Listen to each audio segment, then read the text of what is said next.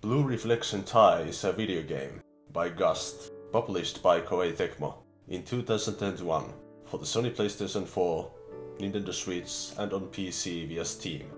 Blue Reflection Tai was released for the Western audiences as Blue Reflection Second Light. The original title can be kind of awkward as an English title, but the double meaning behind it does have an actual story significance. Meanwhile, the Second Light title really doesn't. It's a strange marketing decision to put the first game in the spotlight. I've seen many people interested in Tai end up questioning whether they should play the first game or not. Usually with games it's the other way around. People want to ignore an earlier game and play the newer one first instead. Tai does have characters from the first game in it, and they discuss some plot details of the first game. You can still play Tai first if you want to, assuming you're the kind of person who is more interested in the whys and hows of a story rather than the what. I haven't played the first game yet myself, but I'm told it can be very tedious to play. I'm not here to stop people from playing it, but if you do play it and don't like it, don't dismiss Tai because of it. I kind of wish I knew what exactly happened between some of the characters from the first game, but it did not ruin my experience and it's at least some extra motivation to maybe play the game someday. There's also an anime series called Blue Reflection Ray. Some characters from Ray also appear in Tai, but the story details of the anime are discussed even less, so you don't have to watch the anime first, or can watch it after the game if you want to. The anime has a great story, characters and soundtrack, so I think it's worth watching despite the low quality animation. And if I was able to deal with the midriff fetish the anime has, I think you can deal with it too.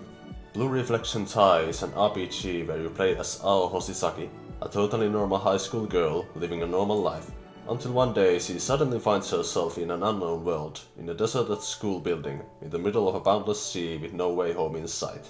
In this strange new world, Ao meets 3 other girls who have been there for longer. They know their names and their personalities, but unlike Ao, they have no memory of their past. The only location in this world beyond the school is an area filled with monsters, and in order to explore this place, they must awaken their powers as reflectors. As reflectors, they can call upon their feelings for strength, summon cool-ass weapons to fight with and to also transform, so they're basically magical girls. Only 6 characters in the cast can do this though. The rest can't for some reason or another, presumably mostly because there's too many characters to design for combat with these production values. The surreal, otherworldly setting that isn't in line with fantasy in general, combined with a cast of characters who belong in a contemporary setting, makes for an intriguing setup and also separates Tai from other RPGs with a more directly contemporary premise. And I guess we don't really have all that many magical girl RPGs either, at the very least not many released in English. このドアも何かを表してるんだと思うけど、今視界は悪いけどここにも記憶はあるはず。見逃さないように行こう。I'll keep most of the mysteries of the story hidden, but I'll reveal the tiniest bit from the early game here to catch your attention. The girls realize that they must explore the monster-infested areas, because these places represent and embody their feelings, and as such their memories are also hidden within. They dub these places hardscapes and begin exploring them in order to uncover the mystery of their situation. However, they must also face the anxiety of the pain their regained memories might bring them. As the story goes on and the girls regain their memories, their feelings call upon their past friends, and slowly but surely the group grows. The memories of each character and the struggles they've gone through are pretty down to earth and normal, with some exceptions. Usually people expect stories to be wild and bombastic, especially in a setting like this. But despite their simplicity, the lives of these characters are genuinely heartfelt, and it's always exciting to explore the world of their memories.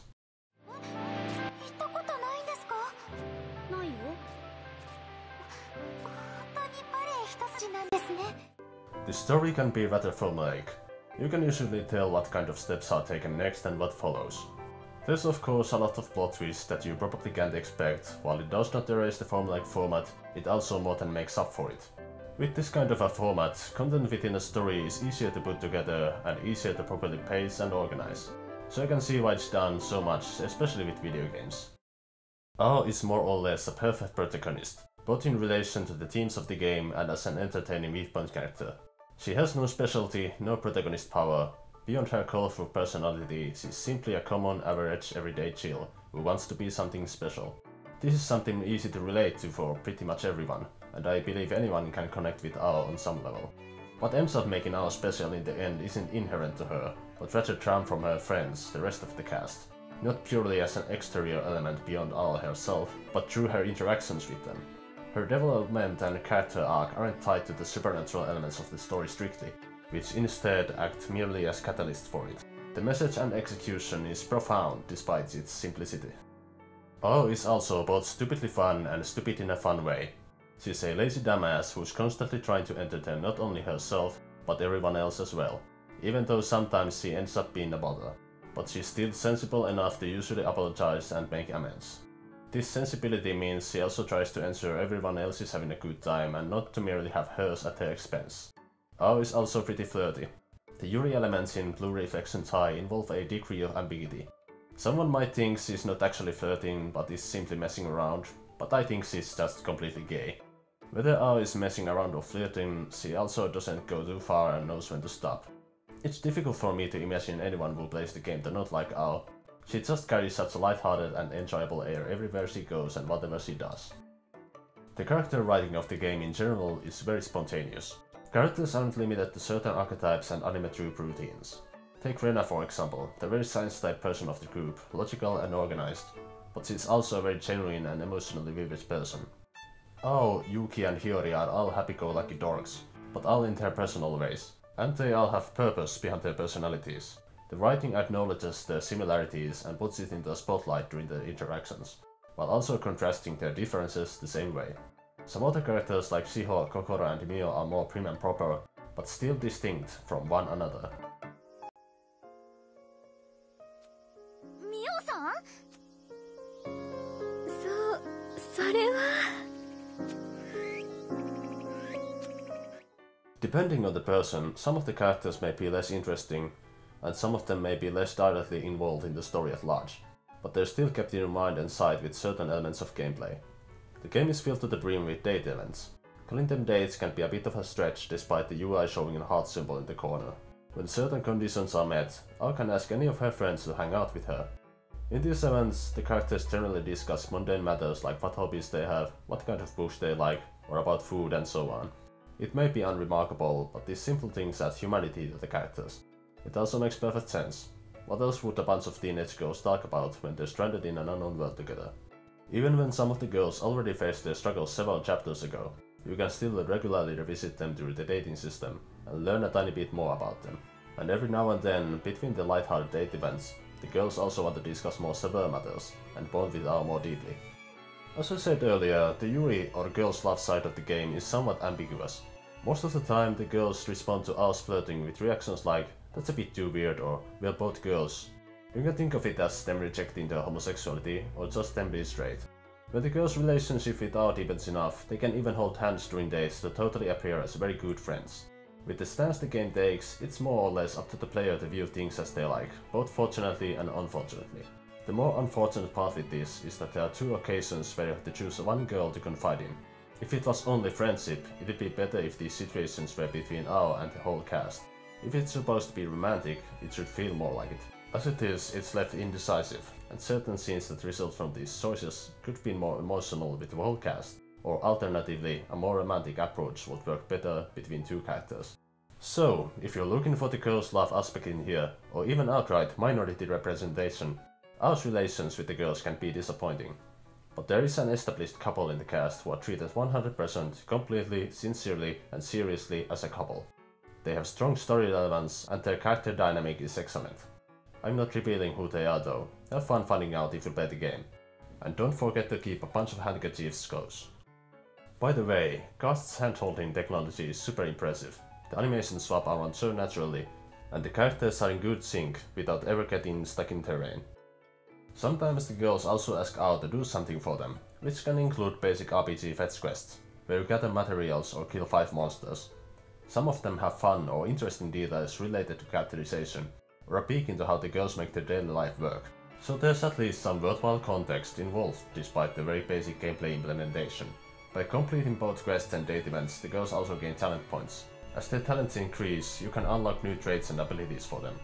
By spending time together, the girls' feelings grow stronger, and by extension their reflector powers also increase. It's a very direct and effective way to contextualize the power of friendship into actual gameplay. There are certain events that also unlock new talent pages for each character, with traits and abilities to reflect their newfound feelings and aspirations. Dating also produces fragments, feelings given material form. What fragments you actually get depends on dialogue choices taken during the date events. The fragments can be equipped on anyone as long as they have enough slots unlocked, and grant stat boosts or passive abilities, and can even open skills a character would normally be able to use. To make their lives more comfortable, and also to sometimes help them to spark memories of the past, the girls built different kinds of facilities in the school grounds. A hamburger vending machine, a rosy bed to nap on, a home theater for watching movies, or a huge teddy bear to hug softly. The list feels almost endless. There's of course a crafting system behind the school makeover project. The complexity of crafting from Gust's Atelier series hasn't really made it here. The system is very simple. You choose items or building materials to craft and then choose 4 characters to build it, and of course materials to use. Depending on what crafting passives the girls have unlocked, you might get an extra item or materials, or consumable items may get new traits like increasing heal received or damage dealt, and so on. A health issue with materials is that some are needed a lot of, and you mostly get them from early game monsters as a drop. I only had to make one extra visit for these materials since I'm an idiot who keeps running around the school just to listen to the background music, and wound up gathering a lot of materials that pop up in the school grounds. Which isn't a reliable strategy, but the way I did it worked. I doubt that many players will do this though, so that's more dungeon revisits for the average player.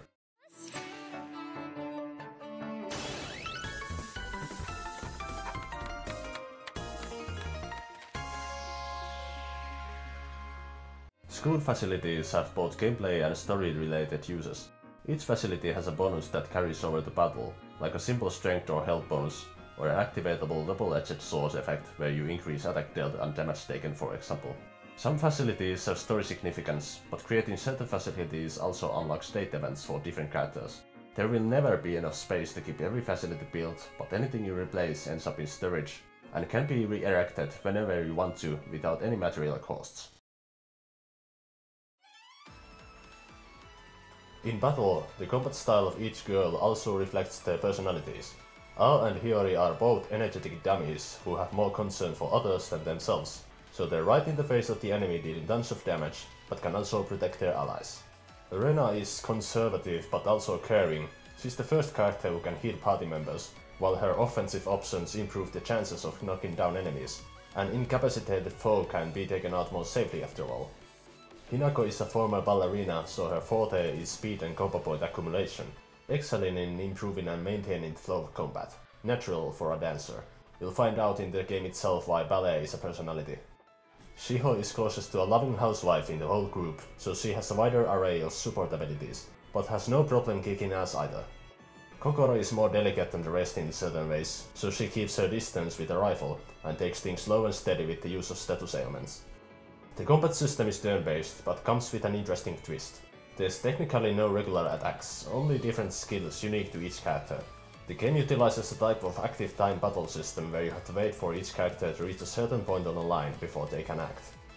Each character starts at gear level 1, meaning they can go up to the first bracket of the line.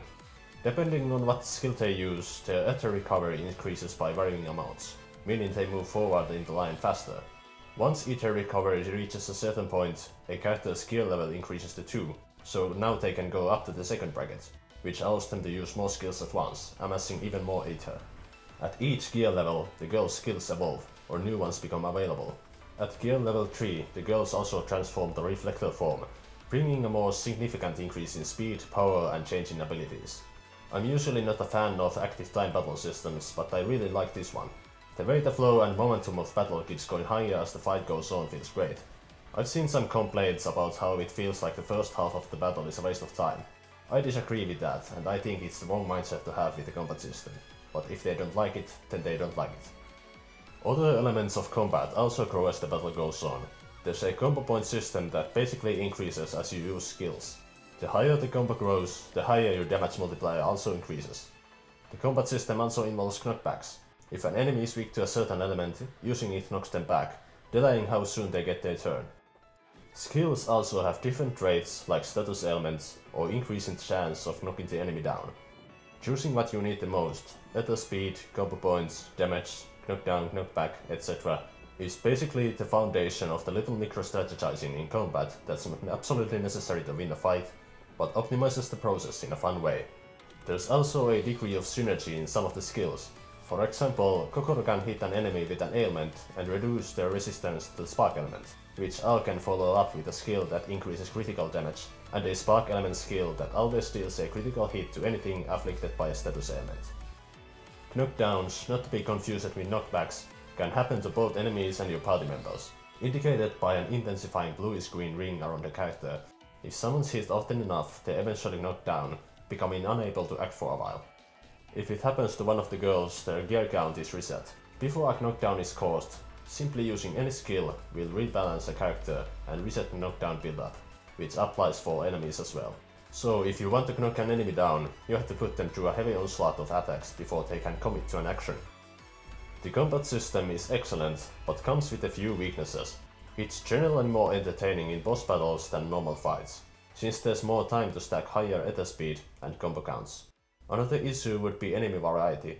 Enemies usually just don't act all that different. Some use different types of status ailments or are tougher to kill compared to others in the same dungeon, but in general they don't create interesting combinations of monsters that would make you do anything more with the system than strive for a situation with optimal ass kicking. Which isn't necessarily a bad thing and doesn't ruin the fun, but there's more potential left to be tapped on. A third problem is the game balance. At least on normal it's fairly easy to become too strong, and by halfway through the game you're going to be killing everything a bit too fast, even the bosses. It gets even more ridiculous once Hiyori joins in. She's so stupidly strong I have to not optimize her to make the game feel more fair. Balance in an RPG breaking apart halfway through the game is nothing new, but you've at least been warned. There's also a secondary system within the main combat system, which is one-on-one. Bosses and mini-bosses can initiate a one-on-one segments, where you fight the boss with one character in a real-time system. You get to use a support skill, an offensive skill, plus a dodge and a parry counter. Timing for the enemy action is still shown in the timeline, so it's easy to expect them. Too easy, in fact. I felt like every single attack in one-on-ones follows the exact same timing, so once you get the feel for when to dodge or parry, you'll easily pull it off every time, making the system feel somewhat obsolete and tacked on. It can be somewhat fun, but it could have either been developed further or left out entirely. The good thing is that one-on-ones usually happen towards the end of a battle, so it acts more like a cool formality to end the fight, unless you fail to accumulate a combo which deals enough damage to finish the boss off, after which you'll go back to regular combat and finish them off there.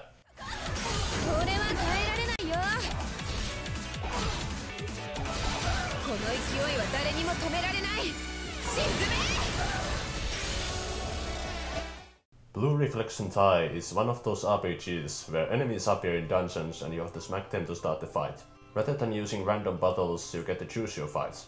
Towards the end of the game I could skip a lot of fights this way since my party was plenty strong, so there's at least that convenience. Enemies can notice you first though, and they'll try to initiate the fight instead, unless you manage to outrun them, which isn't too hard to do. The game also has a stealth system, a very basic blocky stealth system. By pressing a button, you can enter a stealth mode, which displays Metal Gear Solid style vision codes for each enemy, making it easier for you to surprise them or move past them without them noticing you. Some side quests involve sneaking where you're not allowed to be noticed. It's a bit funny how often the girls have to enter a hardscape and then avoid fights, since there happens to be way too many monsters around today. Weird, huh? These stealth segments are pretty easy, but there's a bug involved. The developers threw in some obstacles to help you avoid being seen, but sometimes monsters can end up in this weird limbo, where they kind of see you, but kind of don't. They don't actually notice you, as being seen would set you back towards an earlier point in the stealth mission, but the AI is apparently stuck chasing you in some way, so the enemies affected by this bug start moving around randomly and turning so rapidly you can't consistently move past them unnoticed. This seems to only happen with very large enemies, and you can avoid the bug by moving past them fast, but a bug is a bug and it's still a pain in the ass. The dungeon design is very simple in terms of pure layout. A few branching paths here and there with treasure, not much of puzzles or anything, and there's a few spots where you have to hang on a rope or crouch under a building, which might be something they pulled out of Atelier Ryza 2 for the heck of it. The final dungeon had a bit of verticality to it, which I liked. Fortunately, the developers are also pretty humble about their dungeons. They're not pointlessly long, and I never felt like they overstayed their welcome. Since the dungeons are all related to the story, there's also a bunch of event scenes switched around to pace your visit. The dungeons are decent enough, but I wish I could turn off the minimap. Not knowing where you're going would make for more exciting exploration. The visual design of the dungeons is excellent. It doesn't seem like Gust threw that much manpower into developing Thai's visuals. So in technical terms, the graphics aren't exactly the prettiest or all that detailed. But the art style of the surreal hardscape still leaves a strong impression. Someone way smarter than me can probably even pick up foreshadowing and story details from the environment itself. There's a sense of calm and careful excitement when exploring, while the other body visual elements feel airy, evoking some of the anxiety the girls feel as they approach truths they've lost. Music enhances the atmosphere further. Hayato Asano's compositions ooze just the right kind of energy for every situation. The motive game is strong, with the main melody being implemented all around the soundtrack without ever growing dull. Tai has to borrow some music from the first game's soundtrack, but it refit into a new context so well, it took me a while to notice Tai's soundtrack alone doesn't even have all the music used in the game, and I had to go dig through the Blue Reflection soundtrack to find the rest. Asano has received some criticism of his Atelier series work from older fans from what I've seen, but I've definitely got faith in his work going forward, with the music of these two games as the testament. Often when it comes to some anime games, I can be a bit unhinged, and will jump at anything remotely cute with barely any hesitation, including some of Gust's Atelier games, and I admit the aesthetic makes me a bit biased to a degree.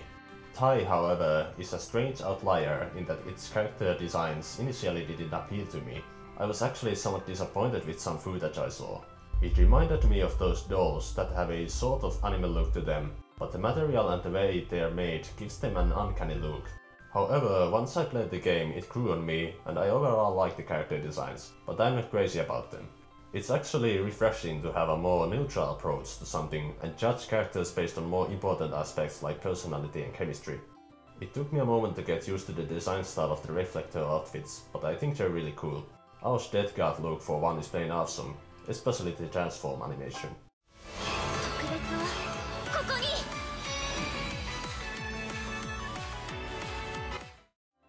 Most enemies, if not all of them, are taken straight out of the first game.